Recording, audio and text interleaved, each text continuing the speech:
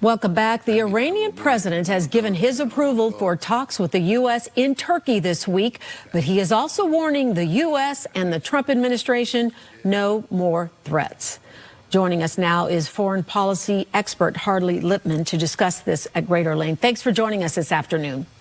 My pleasure. Happy to be here. So give us a little history first, some background. Let's talk about how did these tensions with the U.S. and Iran increase? Was it specifically because of that nationwide protest in Iran that left tens of thousands of people dead? Well, certainly that was the immediate catalyst. What Iran did to peaceful citizens was slaughter them. It's never been on this scale. There's been 6 other uprisings in Iran where you'd have maybe a few hundred killed. The numbers we're hearing now are about 30,000 killed and hundreds of thousands arrested. And these people had no weapons whatsoever, peaceful demonstrations. And it's one of the largest single-day, 2 days massacres in Mideast history. So it's really significant. So that's the immediate catalyst. So we know that a team from the White House as well as from Iran are going to be meeting in Turkey on Friday. And President Trump has demanded 3 conditions for resuming these talks with Iran.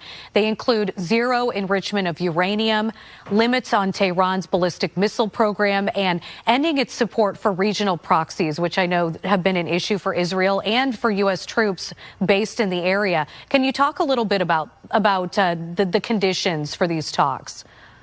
Yes, of course. Well, first I'll say good luck, because the truth is that Iran has no intention of honoring an agreement with the United States. There's something in Muslim law that says you can lie to infidels and it's absolutely okay to do it. And we've seen it before. It's like a business. I'm a businessman. If I go into a business deal with another company and I don't trust them at all, it's not worth the paper it's written on. So I think we have to be aware of this. And the danger is that Trump would like to avoid a war. He's a peace-loving guy. He doesn't want anybody being killed. And he would love to say, I got a better deal than Obama, 100 times better. But that would be very challenging to see if that's going to work. It would have to have inspections anytime, everywhere. And you'd really have to be able to follow up to make sure they honor it, because they're just not. And then the question is, what do you do then? So the conditions are very important conditions. And why is that? Because Iran is the only country in the world that says they want to destroy the United States. And they're building nuclear weapons. And in 20 years from now, they're going to have 60 ICBMs, which are intercontinental ballistic missiles, capable of reaching the United States. Believe them. When our adversaries say they're going to do something, they usually do it. So they are an existential threat to the United States. If you follow their media, you could go on an app called Memory. They translate it into English. They talk about it every day, and they've been saying it since 1979. So I think that there has to be a policy that addresses this once and for all. Okay, let's talk about what can happen. And the president has said that bad things will happen if an agreement is not reached on this nuclear deal. So give us an example of some of the options the U.S. would have, including could that possibly be boots on the ground in Iran? I don't think so. I don't think you need boots on the ground. This administration has learned lessons from the past. And it's important to make note of that.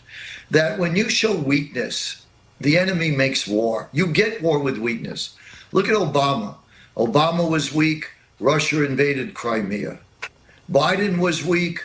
Hamas attacked Israel. I don't think it's a coincidence that in Trump's first term, no nation went to war with another. You know, people respect strength. People are afraid of consequences. So I think having a strong U.S. position is essential if you want to create stability in the region. So I think one option can be, instead of boots on the ground, is to do the model of Venezuela. Learn the lessons of Iraq. Iraq didn't work, right? We don't want an endless war. I get it. You don't need to do it. And what you do in Iran is you take out Khomeini, and you have, instead of regime change, you have regime adjustment. And you say to other people in Iran, if you want to live, or you want to go the fate of Khomeini, you have a choice. If you want to live, you're going to have to work with us. and for a period of time, and let's see how we make things work. And no more dealings with China, Russia, North Korea, America's enemies, and you can't shoot the people. It's freaking game time. You can still bet the big game live and check Better off, and you're going to follow our guidance. That's the path. And the way to do that is Trump has to act, because it's more dangerous not to act now. You can't be seen as someone who's bluffing.